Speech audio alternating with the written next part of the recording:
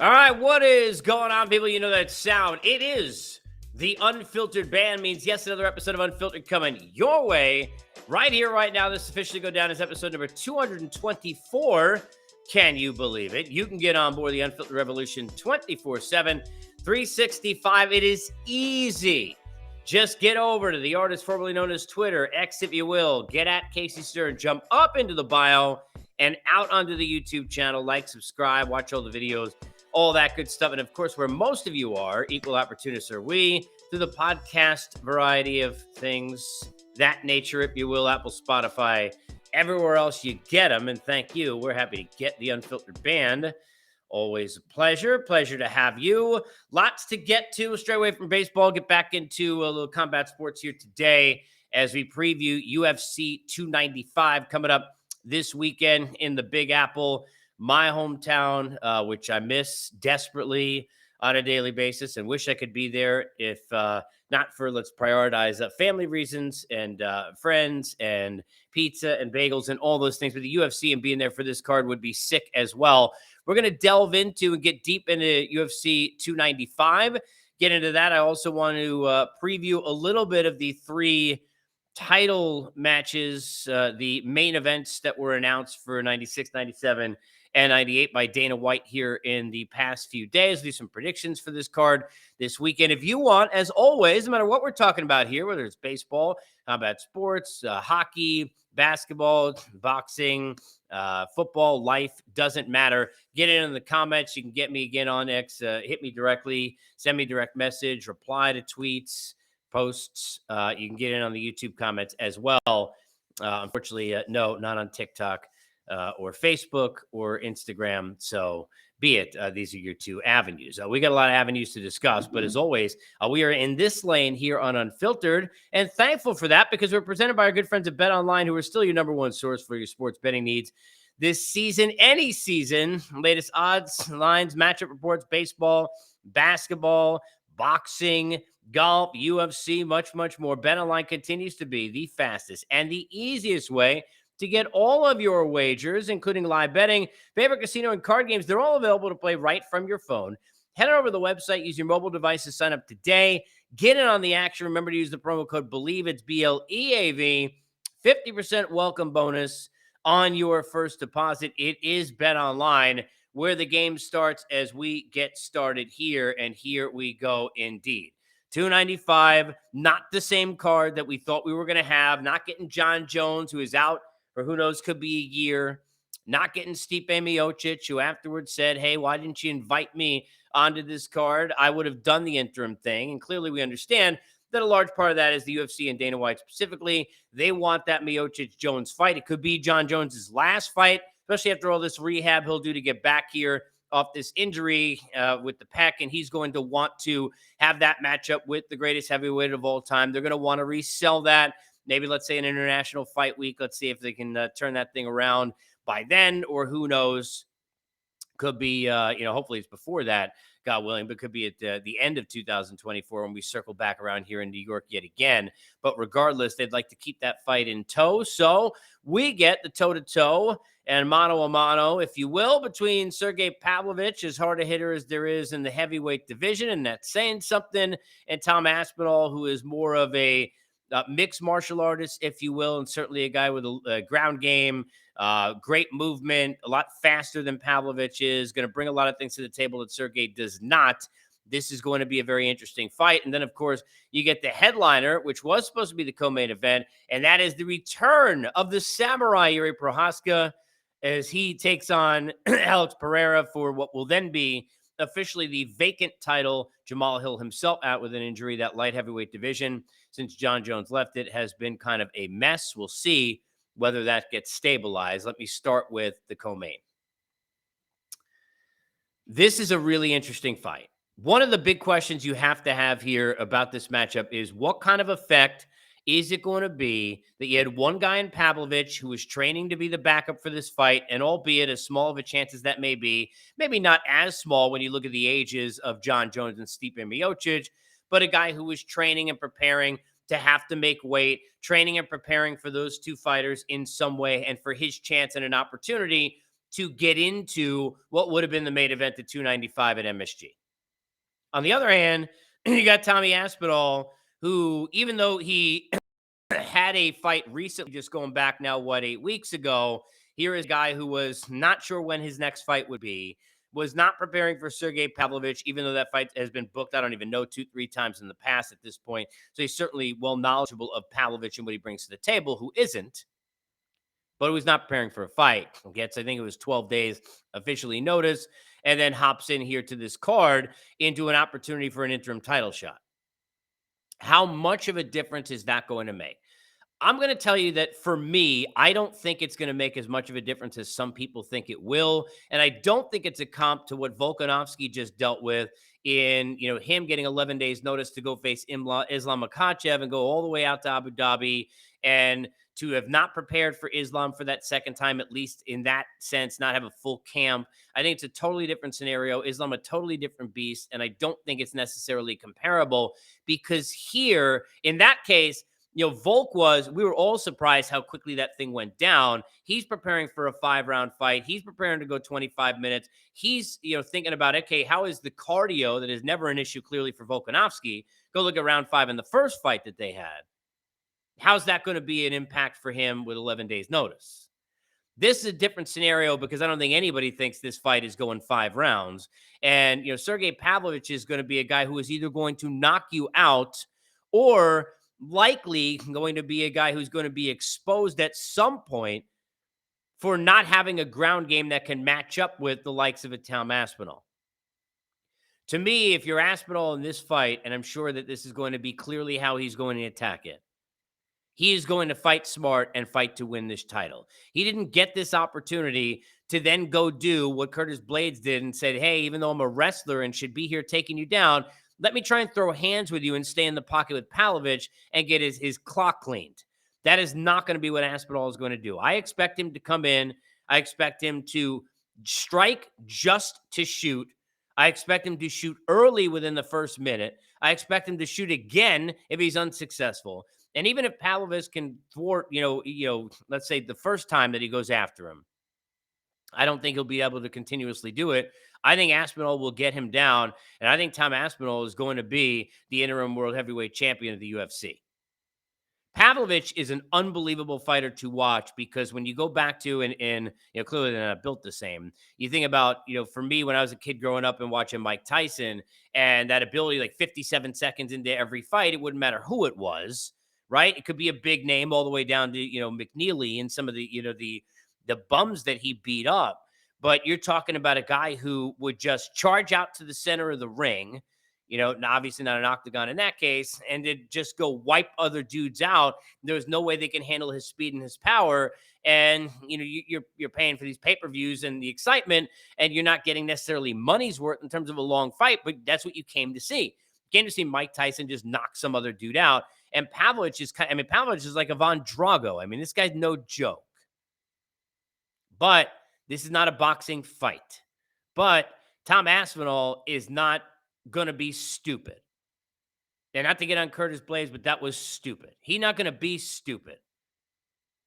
Now, can Aspinall fight with a, more dexterity and a quicker pace? And certainly he's, got a lot more movement than Pavlovich does in terms of we're sitting there in just a striking battle. Yes. But does Aspinall understand that regardless of how good his chin may be, and by the way, Pavlovich's chin pretty darn good too. We've seen that. But regardless of how good the chin is, Aspinall not stupid. He understands that Pavlovich got the chance to knock him out and to flatline him. He's not going to let that happen. Aspinall going to go after this title. Aspinall wants the fight with John Jones. He's going to try and spend all that time getting Jones to forget about Stipe Miocic, who at that point will be so old that it won't matter. And I love Stipe, God bless.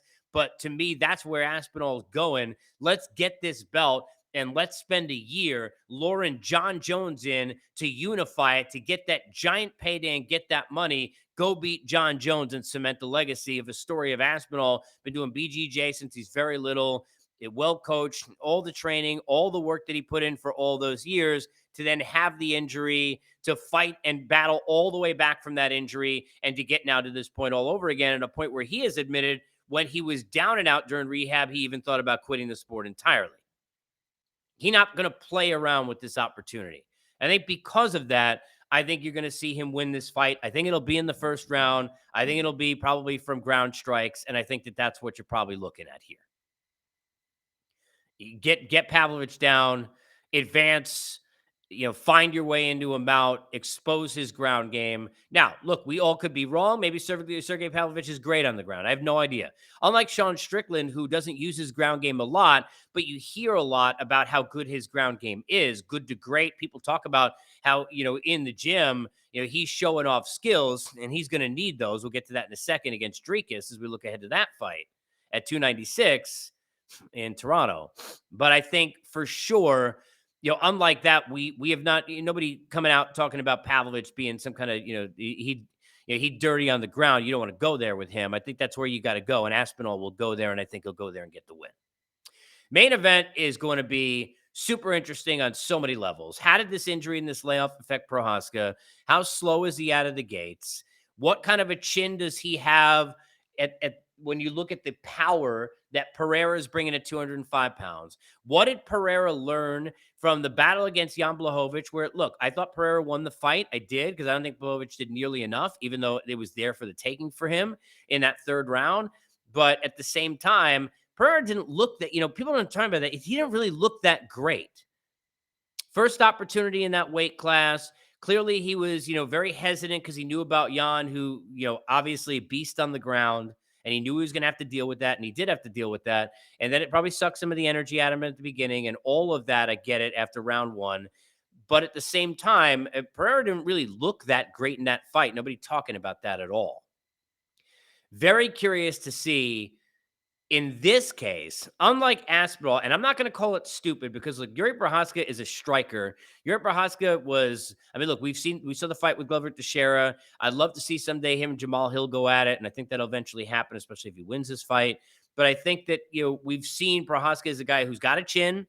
He can get into a firefight. He can go back and forth. He can look like he's on the verge of getting knocked out and, pure destruction against him, and then turn back the tide and go from nail to hammer real quick. But in this case, and we've seen him on the ground, we saw him with Pereira's coach, right? And in a submission, we know that he's capable. I think he needs to go to the ground, or probably will need to go to the ground to win this fight.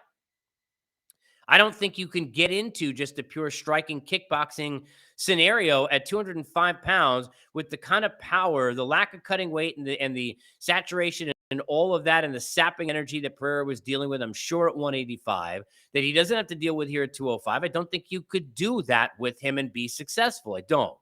But the question in this case is Yuri going to go there, and how soon? Because I think Yuri has a better chance to sit there and to strike and go back and forth with Pereira, even with the strength of Pereira, than you're going to see in that other fight where I think, look, and I love Tom Aspinall, and he's very good on his feet, and he's a really good striker and all of that. I don't think you mess with Pavlovich at the heavyweight level. I just don't think you could do that. You shouldn't probably do it with, excuse me, with Alex Pereira, but I think you may see Yuri go tit for tat and go on the feet with him for a while. It's a fascinating fight. How do kicks play in? And, each guy trying to kind of take each other's legs out of the equation to kind of make them more stationary so that they're able to be there to be hit. But Yuri is there to be hit. And one of the reasons why I'm picking, and maybe the biggest reason why I am picking Pereira to win this fight, and I think he's going to sit there and now win, and what an unbelievable run, his second championship in 11 fights. I'm picking that because Yuri is so hittable. This is not Glover Teixeira on the feet.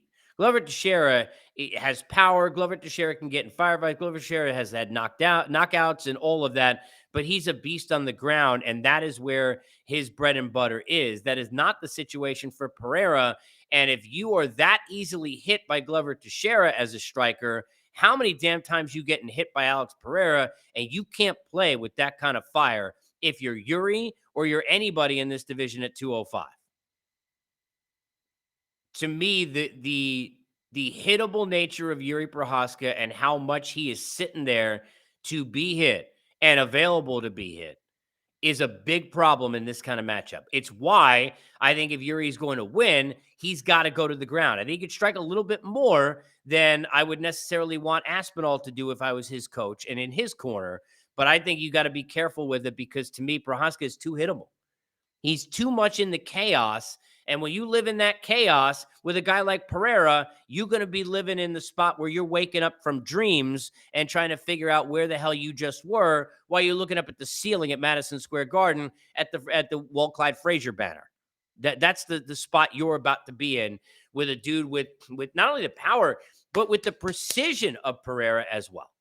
So I'm taking Pereira. I think Yuri's just too hittable, but we'll see. Going to be an interesting fight, and I think it'll go a bit longer than the other one, but I don't think either of these are going 5 rounds. I think better chance probably in the Yuri Pereira matchup that it happens, almost no chance in the other fight. Because either Pavlovic's going to knock out Aspinall cold or he's going to get beat because he gets exposed on the ground. You're not taking Pavlovic's punches for 5 rounds. You're just not. And if you're ground and pounding him, you're not going to get in the Almeida Derek Lewis situation. Aspinall will put him away either by submission or by TKO. Pereira by knockout and Aspinall by ground strikes is where I'm going with both of those. Could be a submission, but I think probably ground strikes. I want to look ahead to the 3 title main events that were announced for 296, 97, 298. Just kind of real quickly give you my thoughts. And I've got varying excitement about all 3 of these and some questions. And we'll delve deeper into this as we go on. I'm curious your comments and your thoughts. Who you got in the Pereira Prohaska fight? Who you got in the co-main event, Aspinall and Pavlovich? Let me know in the comments. But I think for 296, 297, 298, first of all, it is probably only because of the injury to Hamzat in the hand that Dricus du Plessis is getting this shot, but it is a shot he deserves. Should he have been ready to fight? Is he, even though it only would have been on 2 months' notice, 2 months of a camp, even though it would have been a shorter camp, even though it wouldn't have been necessarily at his optimal time? That honestly is, you could take both sides of that. The answer, you could look at it and say yes, because when you go from where Dricus was to sitting there in a spot where you can make that kind of money and you got that chance against Adesanya and you believe that you're so confident you could beat him, then what the hell does it matter? It's not like you hadn't been preparing for him. Everyone in the middleweight division had prepared for Izzy forever because that's the guy, the gold standard you got to beat. It's not like you haven't watched video. Not like you don't understand what you got to do to attack that dude, right? And how you're going to try and win that fight. But the other side of it is, if you only get one chance, not to go to the Eminem song, you only get that one shot, right? If you only sit there with that one opportunity, don't take your chance to blow it, so to speak, right? Well, you want to make sure you're at your best and at your most prepared. It's why Volk, in hindsight, in rear view, was saying in that presser after he lost to Islam that, hey, look, this is probably not something I would have done. This isn't the guy to step in an 11-day notice, go play hero. Although I'm sure he doesn't regret the money he made and all that other kind of stuff, right? And he's a competitor. But that's why he was being honest about it. This is not the kind of dude you do that for. Well, neither is Israel Adesanya.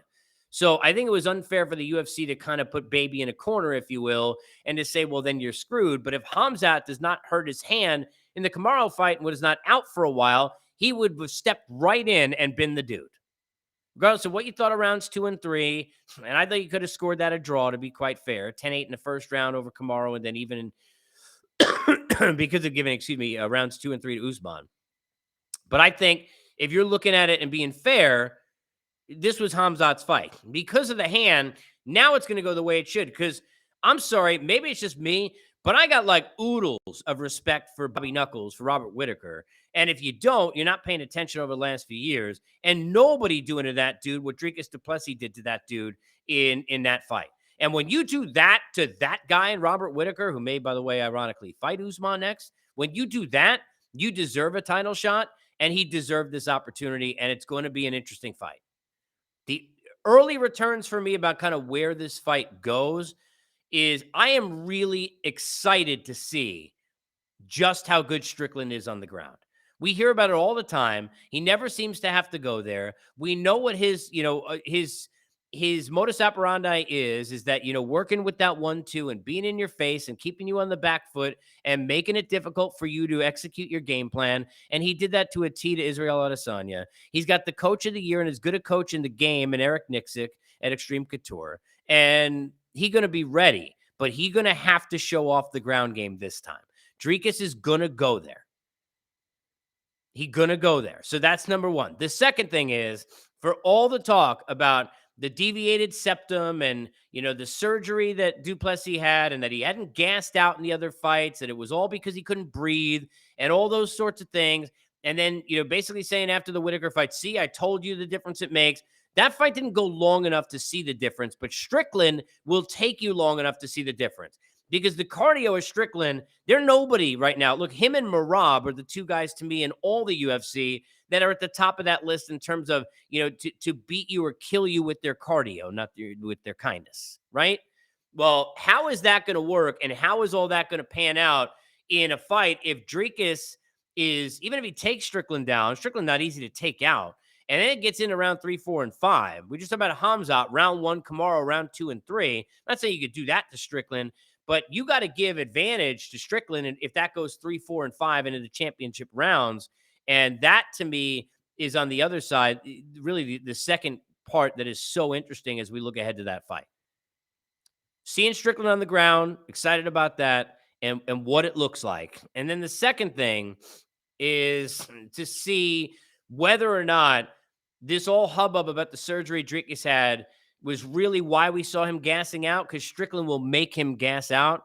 And to me, if that fight goes 5 rounds, and you ask me, or probably anybody who follows or covers this sport, you got to absolutely pick Strickland to win that fight based on what we've seen.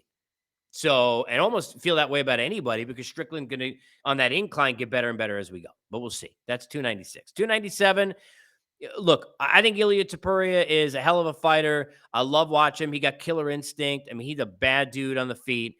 If you would have asked me before the Islam fight, was there any chance that he would beat Volkanovski, I would have said slim to none. It would have been very similar to the Yair Rodriguez situation, and maybe those two fight each other someday, and that could be an interesting fight. But where you looked at Yair and you said, oh my God, look what he's been doing. Look what he did to Josh Emmett, etc. On down the line. And then Volk made him look like his, I mean, I don't even know. Made him his bitch. I don't know a better way to say it, right? So I thought that's where we were headed here. But now the psyche play, Volkanovski and what he admitted in that presser in terms of the troubles that he was having because of some of the layoffs in the fights, then throw in getting knocked out in that fashion and what that does to your psyche, then throw in, I know he wants to fight so badly, so he probably wasn't even happy they're backing him from January to February now for this card at 297 instead of 296, but how that plays in. And I got to be fair, I would have waited longer. He should have waited to UFC 300 for this fight, because when you get knocked out in that fashion, and I'm not a fighter, but you listen to them talk, and clearly across the board, they all say you need extra time. And even Kamaru, you go back to like with the headshot bang with Leon Edwards, and go ask him now in retrospect of whether or not even he came back too soon, and it wasn't as soon as this. That is something to me that you absolutely have to take into account. Curious about that with this fight.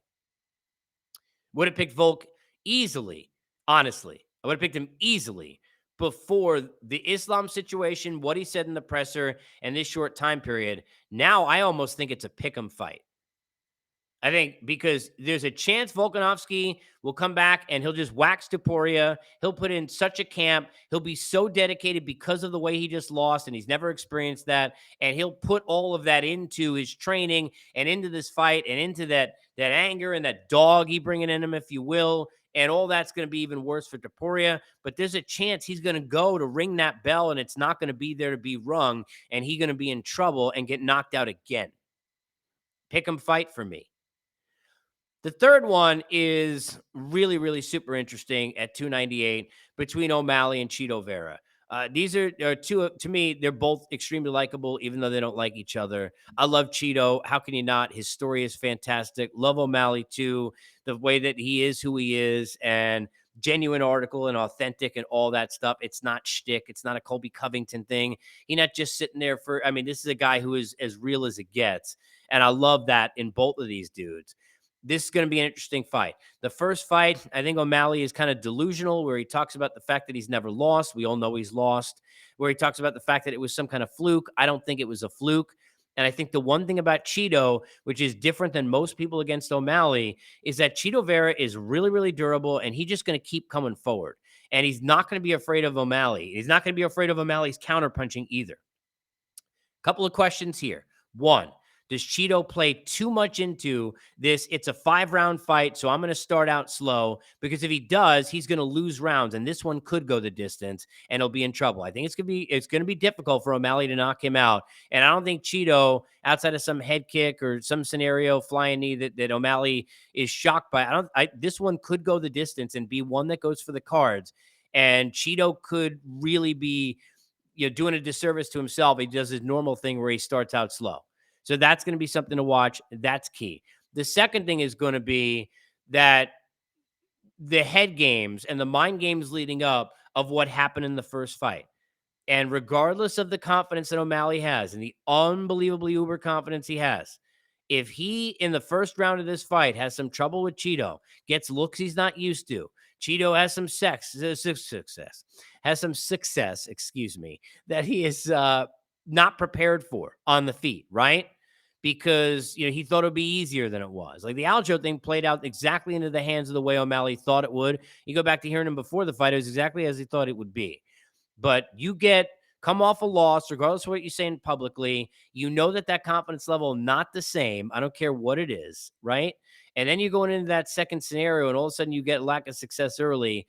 Be really interesting to see O'Malley playing without that confidence, which is such a weapon for him, as the cardio is, for example, going back to Strickland. I think confidence is such a weapon for O'Malley. But I'm confident these are going to be great fights. Can't wait for 295. Can't wait to see it play out at MSG. Wish I could be there. Hope you're going to enjoy it. Want to hear your picks, your comments, and much, much more on this pod, all the different episodes. Hit it up. Get to me. Again, artist formerly known as Twitter, X, if you will. Get up into the bio at Casey Stern. Hop over to the YouTube channel. Watch all the videos.